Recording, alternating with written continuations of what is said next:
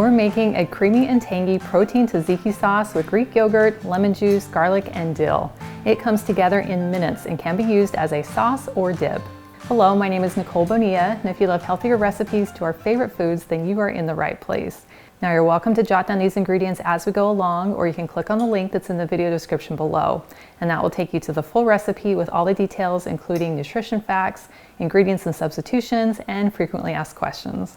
We're going to start by grating half a cucumber, and as you know, cucumbers have a lot of water in them, so we want to extract that water before we put it into our sauce. So I'm going to go ahead and just shred this right into my mesh bag, so it's really easy to squeeze out the liquid, but you can also use paper towels or a clean dish towel. So I'll just quickly grate my cucumber. That already is starting to smell so fresh.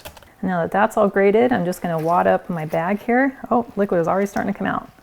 And then I can just very easily squeeze it down into a bowl. So then I'll just add the cucumber to a mixing bowl, and then we're going to add 1 cup of Greek yogurt, and I'm just using plain full fat for the most creaminess. And then we'll add 1 tablespoon of some freshly squeezed lemon juice, 1 tablespoon of some light olive oil, 1 teaspoon of garlic powder. You could also use fresh minced if you like, 1 teaspoon of dill, and 1/4 teaspoon of salt. And then we're just going to whisk this together until it's well combined.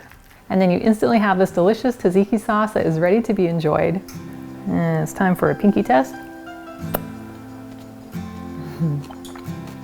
That tastes so good. That is just fresh and vibrant and full of delicious tangy flavor.